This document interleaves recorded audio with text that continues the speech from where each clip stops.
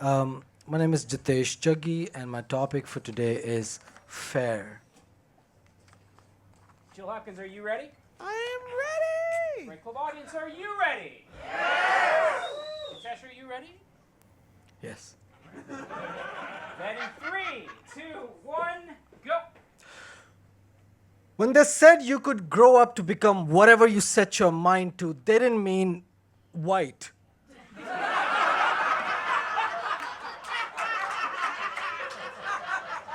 And yet I grew up in India bombarded by ads for a skin cream literally called Fair and Handsome.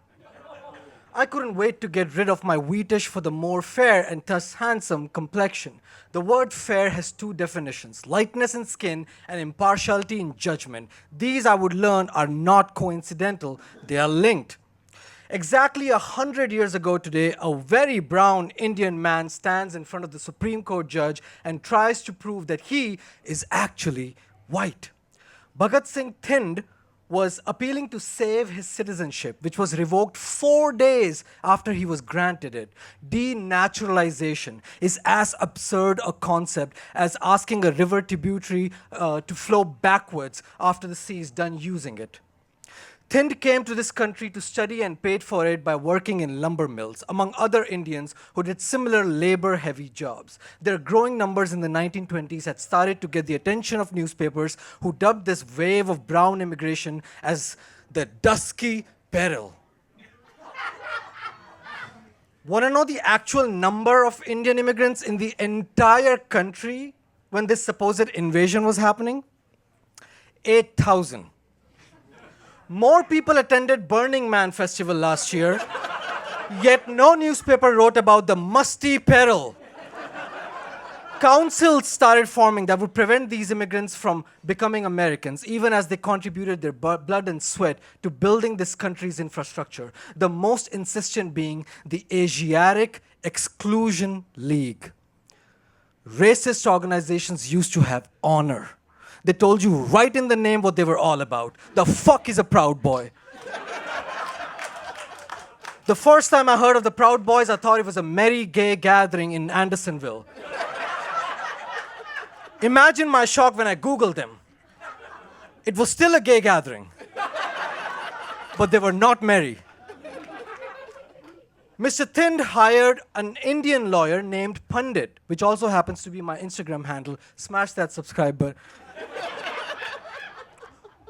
Mr. Pandit, who studied the precedent of another citizenship case of a Japanese immigrant, Mr. Ozawa. Now, Ozawa lived in America for 20 years before applying for citizenship. He argued that because he spoke English, converted to Christianity, and was of light and fair skin, should be considered white. The judge ruled that race, not the fairness of skin, was the reason for rejecting his 20-year-long awaited application. That Mr. Ozawa was still a Japanese man and thus classified him as Mongolian, a term that makes me want to do backflips on the judge's grave. Thind, our Indian man, saw that white was defined not by the fairness of skin, but by this arbitrary classification of race. So he went on to argue that he was actually Caucasian.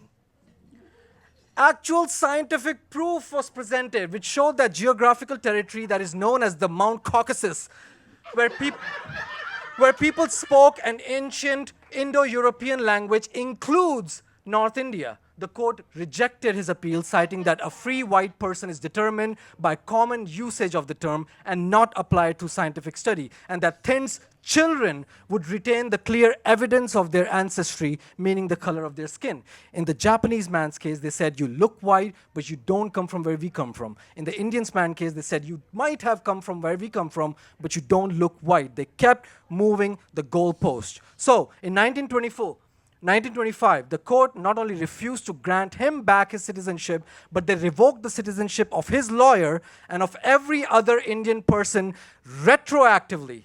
That also stripped them of their right to own property, which they had to give to their white neighbors. Give, not sell. Some committed suicide, having lost their physical and metaphorical home in one fell swoop. I must add here that Thind served in the US military. He was exempt since he was not a citizen, but he volunteered to serve his life for a country that ruled, you are not one of us and you must leave. So, where's the camera? ICE agents. Being adjacent to dominant power feels safe, but it also makes you accessible to be exploited. Your loyalty will only be regarded to the extent that you are disposable. They will come for you once they are done coming for us. Even your fairness will not save you from treated unfair. Hell, even the regular white person isn't included in this club. Remember how they treated Italian and Irish and Jewish immigrants. Ukrainians are considered white in the census, currently being bombed. Afghanis are considered white in the census, still got the Muslim ban. No matter how many commonalities you find, you will never be them. When they say white, they mean a very narrow definition of rich, upper class, Anglo-Saxon, American-born, Protestant, patriot, consumerist, conservative, carnivorous, and pedophile apologist for good measure. The percentage of which is so small in this country that it should make the newspapers dub them as the pasty peril. So, reject the foulness and join the people you have more in common with who actually have your back. When I finally applied the Fair and Handsome cream, it gave my skin a terrible rash. Something that itches to this day when I read the news.